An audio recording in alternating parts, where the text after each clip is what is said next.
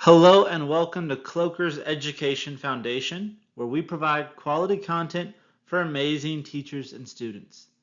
If you're joining us from our previous unit on early humans, welcome back. And if this is your first time, we're glad you're here. This is our world history series, and this lesson is on ancient river valley civilizations. Before we begin, check out the links in the description below for resources on Teachers Pay Teachers and a set of free guided notes to go along with this lesson. Let's dive in. There are 4 ancient river valley civilizations. The first one we're going to talk about in this lesson is the Nile and ancient Egypt. It is estimated that settlement began along the Nile in around 5000 BC, over 7,000 years ago. With easy irrigation and regular flooding, Egypt became known as the gift of the Nile because this was the source of water that most derived their life from. Those that achieved power and became the rulers of this civilization were known as pharaohs, and they were considered god kings.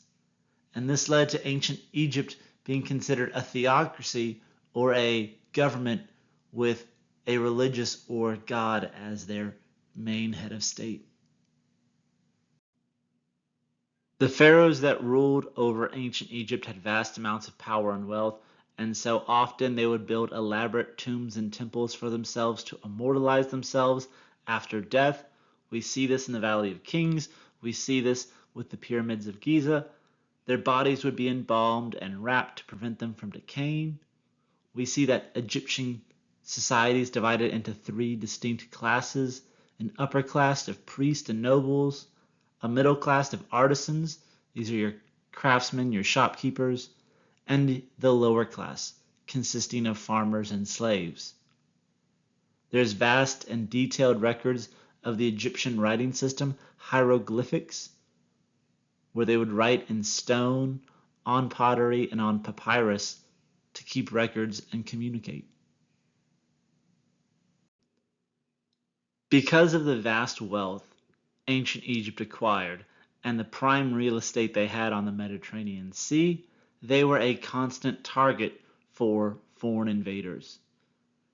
Ancient Egypt will begin declining after around 1200 BC from the constant invasions, but they did have lasting achievements: mass trade throughout the Mediterranean, written numbers, geometry. Some of you might be in geometry right now. Stone columns, calendars for flooding, advanced medicines, and the pyramids and the temples in the Valley of the Kings and throughout ancient Egypt. Now, this is just a brief overview of ancient Egypt. If you want to hear more about it, we have specific videos on topics like ancient Egypt and the geography and culture, the Old Kingdom and the New Kingdom, all linked in the description below, or check them out on the channel. Let's move to our next civilization, shall we?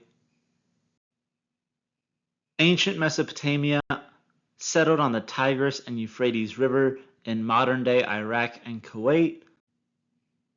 We touched on the rise of city-states and Uruk under the Sumerians in our previous video, Early Humans and the Neolithic Empire, but Mesopotamia is mostly known for the rise of Babylon.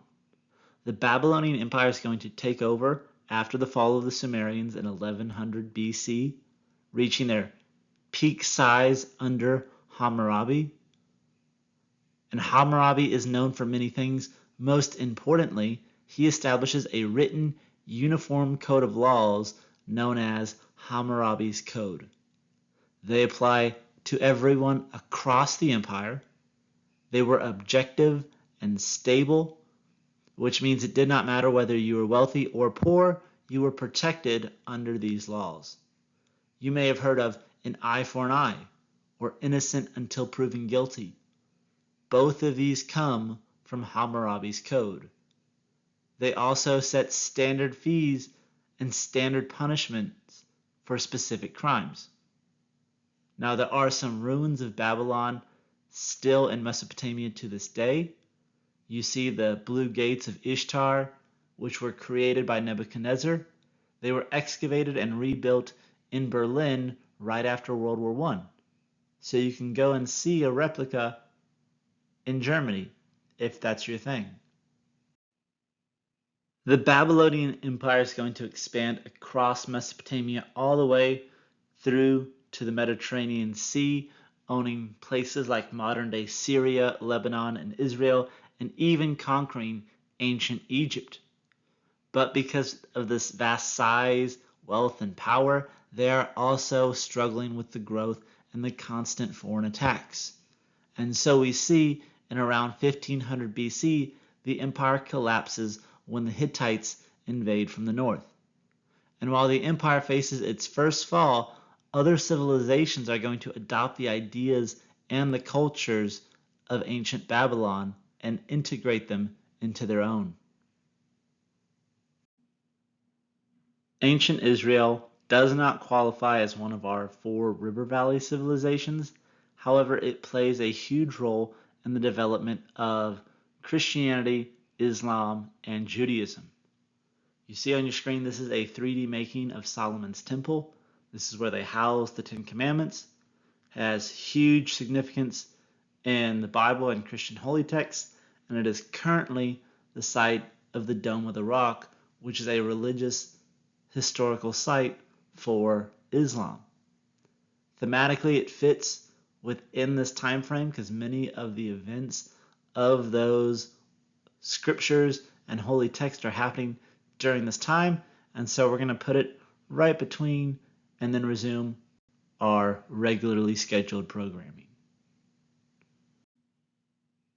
Ancient Israel begins as Hebrews create a nation state along the coast of the Mediterranean. You see on the screen there, it is a crossroad, a middle ground between Egypt, Mesopotamia, and of course the Phoenicians, who will play a huge role in the Mediterranean, but that's for a future unit. The Hebrews are monotheistic. They worship one God, Yahweh, who established a covenant of protection with them, and that's rather unique, having one God at this time as opposed to many.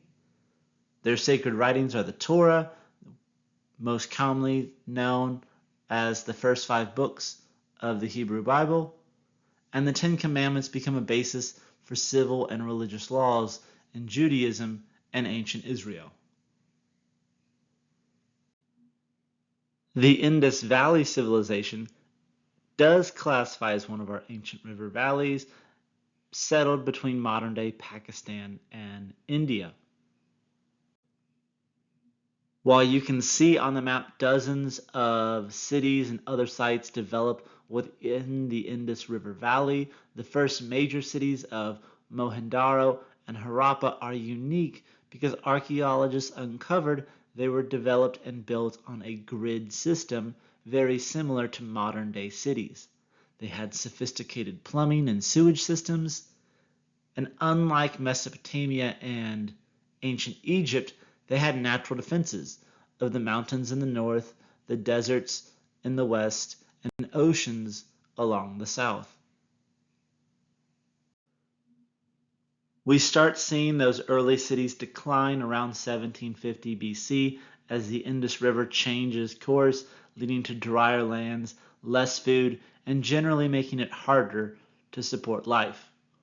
Around 1500 BC, we see a migration of Indo-Europeans known as the Aryans start settling in the Indus River Valley, and as they begin taking over this land, they install a caste system developed to separate Aryans from non-Aryans into 4 groups called Varnas.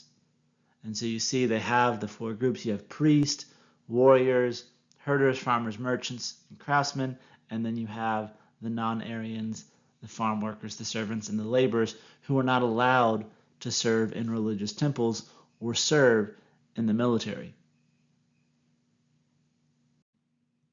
The Indo-Europeans, the Aryans who came into the Indus River Valley and started taking over, bring in their own religion, and so we see the origins of Hinduism in India. The Aryans, whose religion comes from a collection of rituals and hymns known as the Vedas. They have principles like yoga, physical training for the body, reincarnation or the rebirth of the spirit, life after death, karma, the belief in actions and consequences in the process of that, and dharma, order, truth, duty, law, and all of this is based on your status in society. Now, this is just a brief overview of the Indus River Valley. We'll have a whole lesson specifically on them in the playlist. You can go check that out in just a few moments. And our last river valley civilization is going to be the Huanghe River Valley, also known as the Yellow River.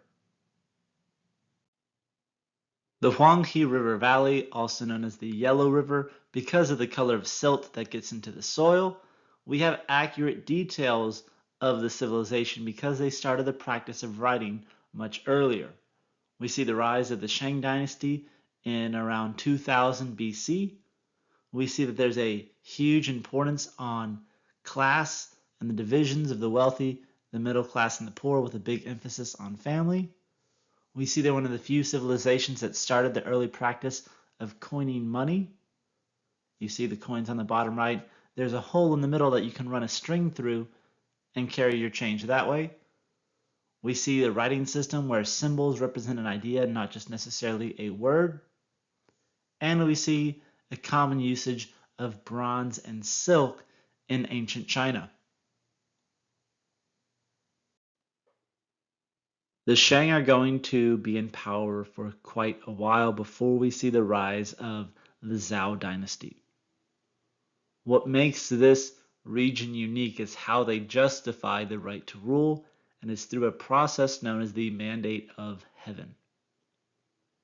The nobles who are ruling are working through a version of feudalism where they will get taxes, money, and power in exchange for protection and protecting those beneath them. During the Zhou, we see the rise of early Chinese philosophies. Shortly before their collapse, we see the rise of Confucianism, which calls for reform, social order of the family, and social order of the government. We see the rise of Daoism, which addresses order and harmony. We see legalism that stressed punishment over reward. Now, this is just a brief overview. We have a whole lesson specifically on ancient China linked in the description below. Let's go check it out. That wraps up our lesson. Ladies and gentlemen, thank you so much for watching. It was a pleasure of mine to put this together for you. Don't forget to like and subscribe if you found this helpful before you leave. Check us out on Teachers Pay Teachers, YouTube, Rumble, and the Cloaker Education Foundation website for more resources and more videos. We have specific lessons coming up on the Indus River Valley, ancient Egypt, Judaism, Mesopotamia, and ancient China. Or skip to our next unit. If you thought your life was getting messy, try arguing and fighting gods over cities, seeing ancient cancel culture, and athletes risking death to get bragging rights, and there's not even a medal for it. Yes, we're talking about ancient Greece, where myth meets democracy, and one city's drama shapes the entirety of the Western world. All that and more is just a click away. I'll see you there.